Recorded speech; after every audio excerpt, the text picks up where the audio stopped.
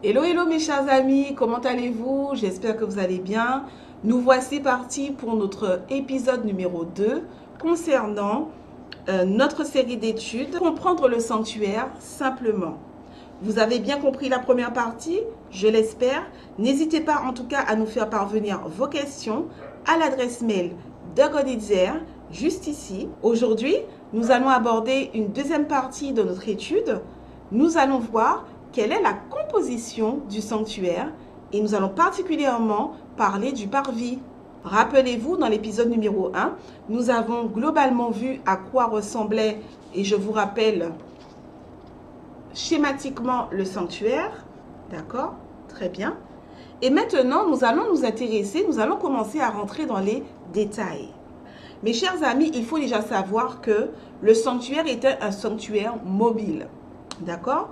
Nous allons pouvoir le lire dans Nombre chapitre 1, verset 51.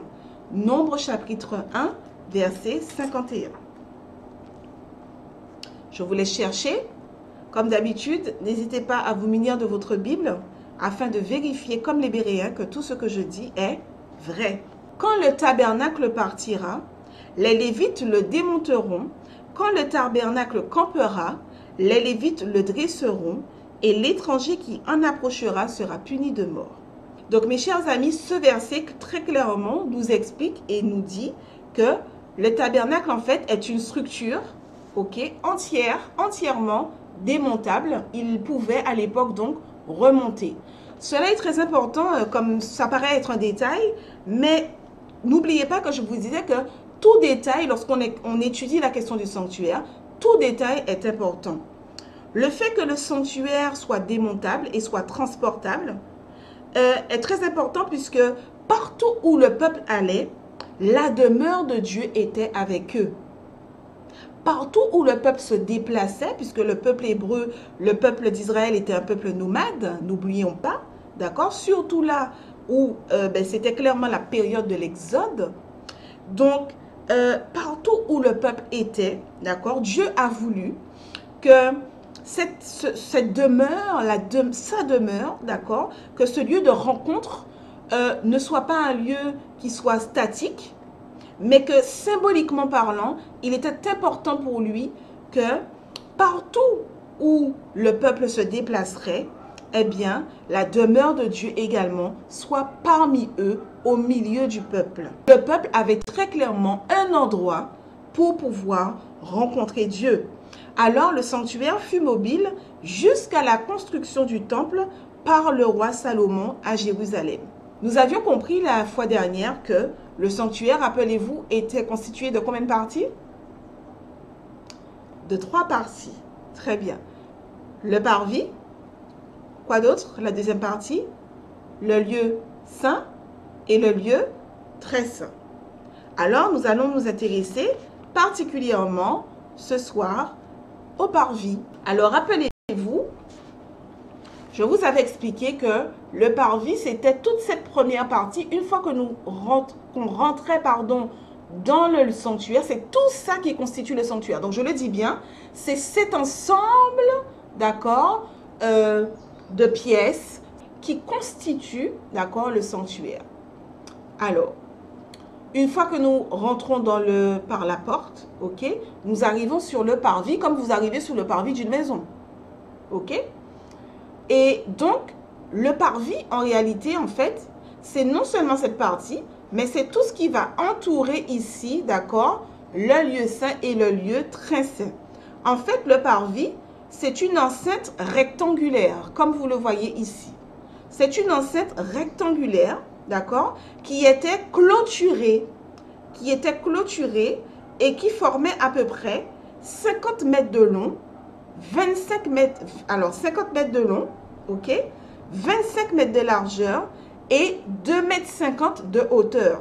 C'est-à-dire que lorsque nous étions à l'extérieur, la hauteur de la clôture ne permettait pas de regarder par-dessus et de voir ce qu'il y avait à l'intérieur sans passer par la porte.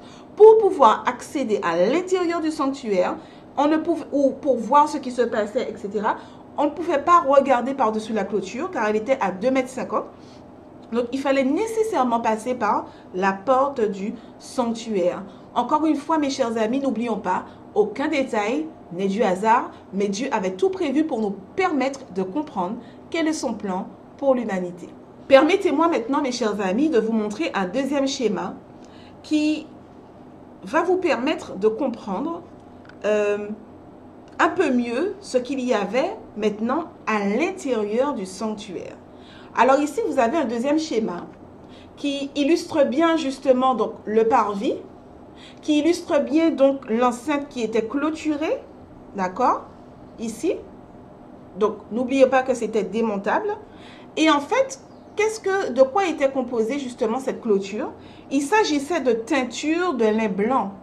C'était des teintures de lin blanc qui entouraient, d'accord, et qui clôturaient l'espace du sanctuaire. Donc, par cette teinture de lin blanc, le Seigneur veut nous montrer, et par le fait qu'il n'y avait qu'une manière de pouvoir entrer dans le sanctuaire, le Seigneur veut tout simplement montrer le caractère sacré, d'accord, du sanctuaire. Car n'oublions pas, il s'agissait, d'accord, de la demeure de Dieu, du lieu de rencontre avec Dieu. Donc forcément, ce lieu était un lieu sacré.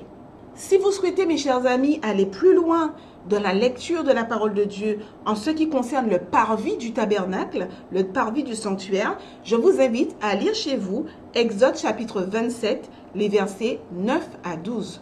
Exode chapitre 27, versets 9 à 12. Maintenant, nous avons compris donc que le parvis, en fait, le parvis du sanctuaire est délimité par une clôture, très bien, une enceinte donc rectangulaire, et nous allons maintenant comprendre que forcément, s'il y a une clôture, il y a une porte d'entrée. Alors, la porte du sanctuaire se trouvait à l'est au soleil levant. Elle était grande, d'accord? Je vous montre ici. La porte du sanctuaire, elle était grande, belle et colorée, et elle mesurait 10 mètres de largeur. Cette porte était bien gardée et rien de souillé, mes chers amis, rien de souillé ou d'impur, par exemple un âne, ne pouvait entrer dans le sanctuaire. Si vous voulez aller plus loin pour pouvoir voir ce que le texte biblique dit, je vous invite à lire Exode 27, versets 13 à 16. Exode 27, versets 13 à 16, qui nous parle donc de la porte du sanctuaire. Alors, mes chers amis, nous avons bien compris que le parvis, d'accord, l'espace du parvis délimite l'espace du sanctuaire, du tabernacle. Nous avons compris que cet espace, d'accord, est composé également d'une porte d'entrée. Mais maintenant, il y a aussi des ustensiles, des outils, d'accord, qui sont maintenant au niveau du parvis, d'accord, qui sont positionnés au sein du parvis. Alors ici, il est vrai que c'est un petit peu trop collé, on ne comprend pas forcément, mais en réalité, si on devait schématiser de manière un peu plus proportionnelle à l'espace, d'accord, ce serait plutôt comme ça. Ok, donc ces mêmes outils que nous allons découvrir. Un premier outil qui était le plus proche de la porte et un deuxième outil qui était plus proche de l'entrée du lieu saint. Alors, quel est ce premier outil? Je vous mets comme ça que vous puissiez bien voir. Voilà. Deux outils. Un premier outil, donc, qui s'appelle l'autel des sacrifices. Sur le parvis, il n'y avait que deux ustensiles. L'autel des sacrifices, qui est ici, et la cuve d'airain qui est ici. L'autel des sacrifices, la cuve d'airain. Maintenant, nous allons voir à quoi devait servir à l'époque l'autel des sacrifices et la cuve d'airain.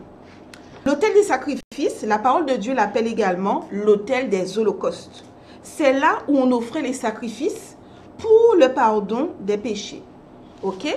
C'est-à-dire que là, clairement, le peuple, en fait, n'oublions pas qu'il s'agit du lieu de rencontre avec Dieu, eh bien, pour aller à la rencontre de Dieu, pour être même entendu de la part de Dieu, le peuple devait entrer ici et sacrifier, nous allons le voir, vous inquiétez pas, puisqu'on va voir également que signifie chaque ustensile par rapport à notre cause chrétienne.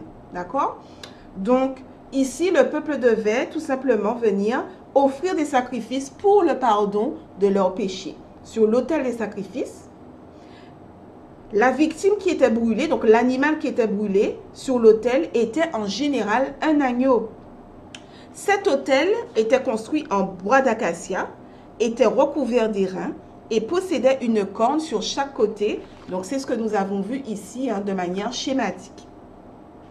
Très bien. Vous pouvez lire, et nous pouvons peut-être lire ensemble, les deux premiers versets de Exode 21, versets 1 et 2. Exode 27, pardon, versets 1 et 2, qui dit « Tu feras l'autel de bois d'acacia, sa longueur sera de 5 coudées et sa largeur de 5 coudées. L'autel sera carré et sa hauteur sera de 3 coudées. » Donc ça, c'est tout simplement Dieu, d'accord, l'Éternel qui donne les instructions, d'accord, à Moïse et au peuple d'Israël pour construire les ustensiles. Et tous les ustensiles, tout ce que nous voyons ici, c'est l'Éternel, mes chers amis, lisez Exode chapitre 27. L'Éternel donne dans le détail la hauteur, la profondeur, la longueur, d'accord, la couleur, tout. L'Éternel ne laisse rien au hasard. Alors maintenant, nous avons compris que l'autel des sacrifices servait à ce que le peuple d'Israël puisse offrir des agneaux, en général plutôt des agneaux, pour le pardon de leurs péchés. Nous allons passer à ce deuxième outil qui est la cuve d'airain. La cuve d'airain. Alors la cuve d'airain, elle se trouve entre l'autel des sacrifices, comme je le disais, et l'entrée de la tente d'assignation, l'entrée donc du lieu saint. Ok? Donc, cette cuve d'airain, elle était remplie d'eau. Elle était remplie d'eau. Et les prêtres, en fait, devaient se laver les pieds et les mains avant d'entrer dans le lieu saint, d'accord? Ou avant d'offrir un sacrifice également. Donc, avant d'entrer dans le sanctuaire, avant d'entrer, en fait, dans le lieu saint, ils devaient se laver les mains et les pieds, d'accord? On peut l'appeler aussi la cuve d'ablution, ok? Et ou alors avant d'offrir aussi un sacrifice. Vous pouvez trouver la description de cette cuve d'airain dans Exode 30, Exode chapitre 30, versets 18 à 21. À très vite.